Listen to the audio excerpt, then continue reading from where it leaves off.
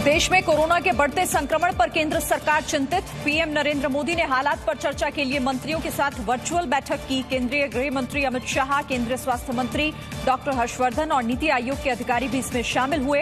हालात से निपटने के तरीकों पर चर्चा हुई। दिल्ली सरकार के अंतर्गत आने वाले विश्वविद्यालयों में आगामी परीक्षाएं रद्द की गई। डिप्टी सीएम मनीष सिसोदिया ने कहा कि बिना पढ़ाई के परीक्षा लेना उचित नहीं है, इसीलिए ये फैसला किया गया है। जीजीएसआईपीयू, अंबेडकर यूनिवर्सिटी, डीटीयू और अन्य संस्थानों में ये फैसला लागू होगा। एक बार फिर भारत में कोरोना संक्रमण ने चिंता बढ़ा दी है। पिछले 24 घंटे में 27,000 से ज्यादा कोरोना के नए मामले सामने आए हैं। देश में अब तक 8,20,000 से ज्यादा लोग कोरोना से संक्रमित हो चुके हैं, जबकि अब तक 22,000 से ज्यादा लोगों की जान जा चुकी है। यूपी में इमरजेंसी और जरूरी सेवाओं पर लॉकडाउन लागू नहीं होगा। 55 घंटों में उत्तर प्रदेश में सैनिटाइजेशन का अभियान चलाया जा रहा है।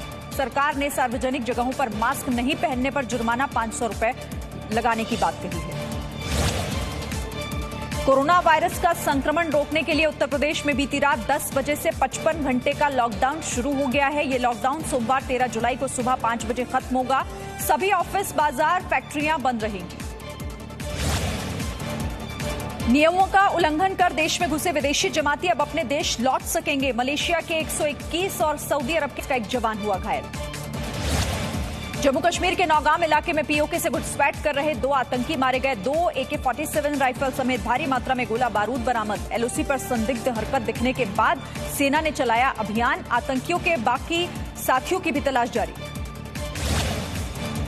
विकास दुबे के साथियों को शरण देने के आरोप में ग्वालियर से 2 लोग गिरफ्तार किए गए। कानपुर की चौबेपुर थाना पुलिस ने कार्रवाई की। पुलिस के मुताबिक ग्वालियर में रहने वाले ओम प्रकाश पांडे और अनिल पांडे को गिरफ्तार किया गया। शशिकांत और शिवम दुबे को शरण देने का आरोप है। लखनऊ पुलिस ने विकास दुबे के बड़े बेटे आकाश दुबे से पूछताछ की। आकाश दुबे देर रात अपनी दादी से मिलने लखनऊ पहुंचा था। जरूरत पड़ने पर आगे भी पूछताछ की जा सकती है।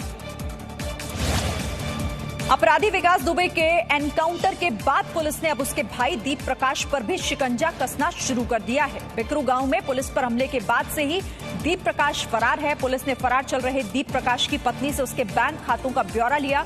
साथ ही कानपुर और लखनऊ से उसके बैंक खातों की डिटेल जुटाई जा रही है। प्रवर्तन निदेशालय ने विकास दुबे और उसके साथियों की संपत्तियों की जांच शुरू की है। निदेशालय ने कानपुर पुलिस को पत्र लिखकर विकास दुबे से जुड़ी हुई संपत्तियों का ब्यौरा मांगा। विकास दुबे के परिवार वालों और सहयोगियों की आपराधिक इतिहास की जानकारी भी मांगी गई। हिस्ट्री शीटर विकास दुबे की हजारों करोड़ों की संपत्ति का दावा। विकास दुबे ने 3 साल में 15 देशों में यात्रा की थी। पुलिस सूत्रों के मुताबिक विकास दुबे ने यूएई और थाईलैंड में पेंट हाउस भी खरीदा है। विकास दुबे ने हाल ही में लखनऊ में करीब 20 करोड़ की प्रॉपर्टी खरीदी थी। विकास दुबे के एनकाउंटर के बाद उसके गांव बिकरू में आरएएफ तैनात कर दी गई है। कानपुर के डिप्टी एसपी ने गांव में पहुंचकर लोगों का हौसला बढ़ाया। डिप्टी एसपी ने कहा कि अब अपराधी मारा जा चुका है, इसीलिए अपने मन से उसका डर निकाल दें।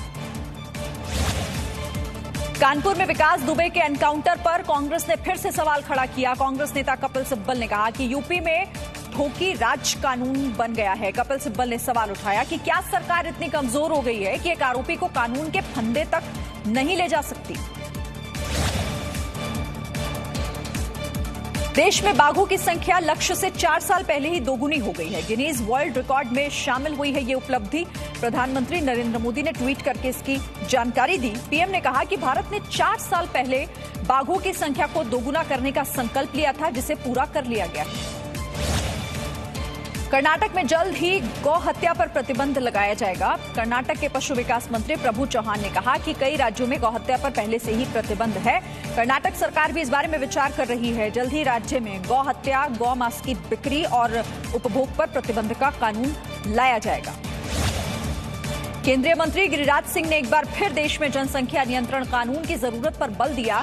गिरिराज सिंह ने कहा कि देश में पानी, जमीन और दूसरे संसाधन लगातार घटते जा रहे हैं। ऐसे में नाराजगी जताई है।